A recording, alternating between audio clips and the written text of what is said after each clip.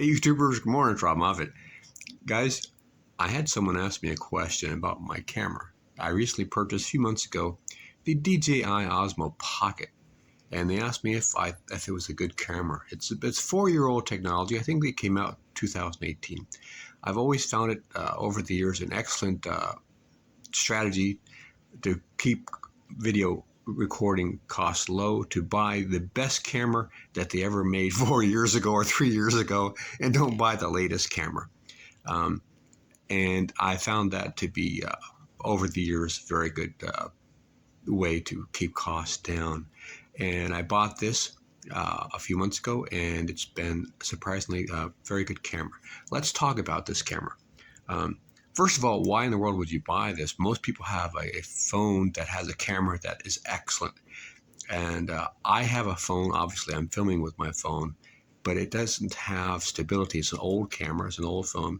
So I wanted something with stability. The advantages of the DJI Osmo Pocket over a phone basically would be, number one, it's stealth. You can hold this in your hand. Let's say you have a bag. You can, let's put it on here. Let me show you.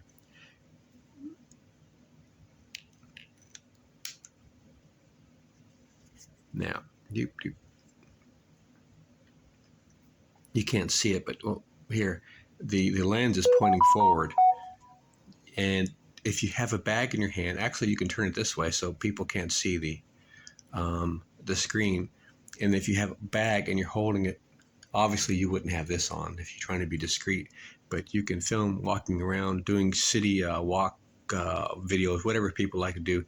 You wouldn't have the little red lens on there. I have a neutral density filter lens. You wouldn't have that on there to draw attention. But you could easily film where you wouldn't be able to do with your camera. This is very low cost. I bought this for about $100 used on eBay. I always try to buy them from people who have very good ratings on eBay and who have return policies. The camera also has face tracking because of the gimbal, which you don't have with your phone. It has extraordinarily interesting time-lapse feature, and this small size is just so handy because it fits right into your shirt pocket or pants pocket, anywhere. I don't think there are too many cameras out there that are smaller and more portable. So that's the advantages over a phone. But the main reason I purchased this was because of the stability, because my phone does not have stability. It's an old Samsung. $40. I bought it for $40 used on eBay with a cracked screen.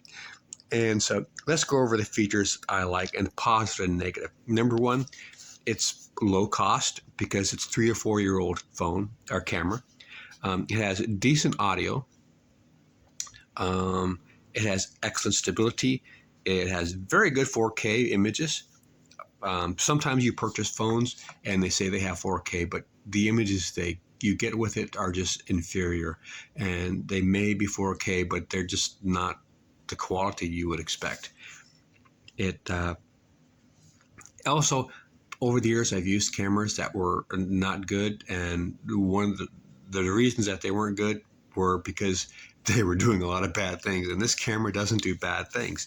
I've had no shutting off in the middle of filming. I've had no lost files. I've had no card reading problems where it stops and say that the size is wrong with the card or something, and I've had no freezing while I was filming, or would get really hot and stop. So it's those are really powerful reasons not to purchase a camera. Let me give you an example.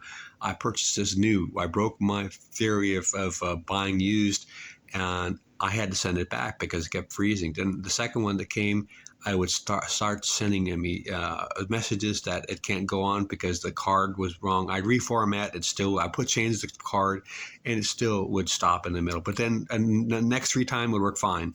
So it was just very unreliable. It has a lot of features. I bought it because of a loop feature, and there's many other features that other cameras don't have. It's technologically, if it really worked, it would be an amazing little camera, but I found it to be so frustrating and unreliable, I just could not afford to use it anymore. So I bought this camera. So there's other things to like about this. It has like a neat little audio signal, so you can tell when you're recording. or if you messed up and you've got it onto the camera feature instead of the video feature, it has, if you're out in the wind, it has a decent wind and noise reduction. The battery life is pretty good.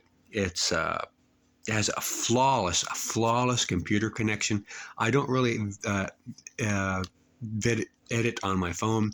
I edit almost exclusively on my computer, and it has no problem connecting almost instantaneously. It's very simple, not wonky at all. It has face tracking, which is pretty cool. It's got a nice navigation menu once you get used to it. It has a case that's around your thumb here. Let me show you. That is pretty decent for protecting it if you drop it or something. Unfortunately, I've modified this so I can do things so I can use this to stand up if I don't have this little thing on there. Like I said, it has features on it like the time lapse and some others that are pretty good. But what are the things that are bad about it? Well, it has a very small screen,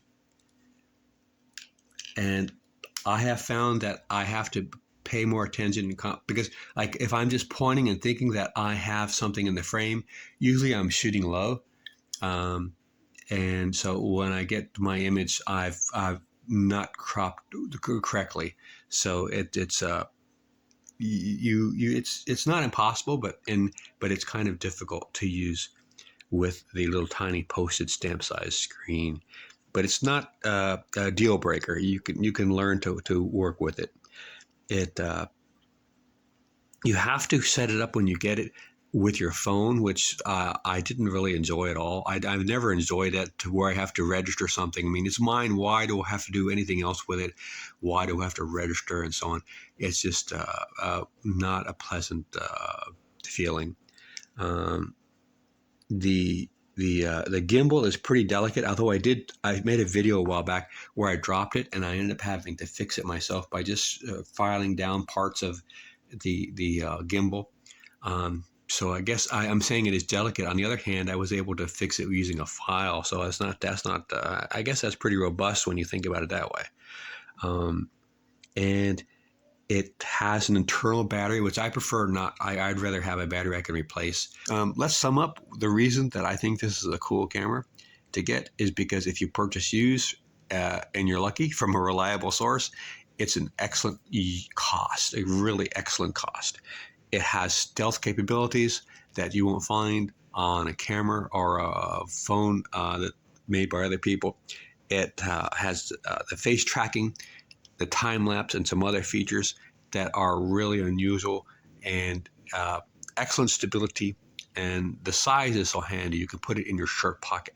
But then the main thing I would say is that it hasn't failed me. It hasn't done anything to make me regret buying it. In fact, I think I'm going to buy a second one. I've only done that a few times in the last 30 or 40 years of messing around with video cameras. When I like something so much, I bought another one in case the first one broke. I did that with my Canon S100s, and I think I'm going to do the same thing with the Osmo. So hope this was helpful to you guys. I put in new videos every single week. Been doing it for almost 16 years. Got over 1,300 videos and a bunch of different playlists. I have one playlist on camera and video hacks you might want to check out. And if you have any questions at all, please leave them in the comment section, and I'll be happy to respond to them as soon as possible. And hope you enjoyed the video. Take care. See you out there.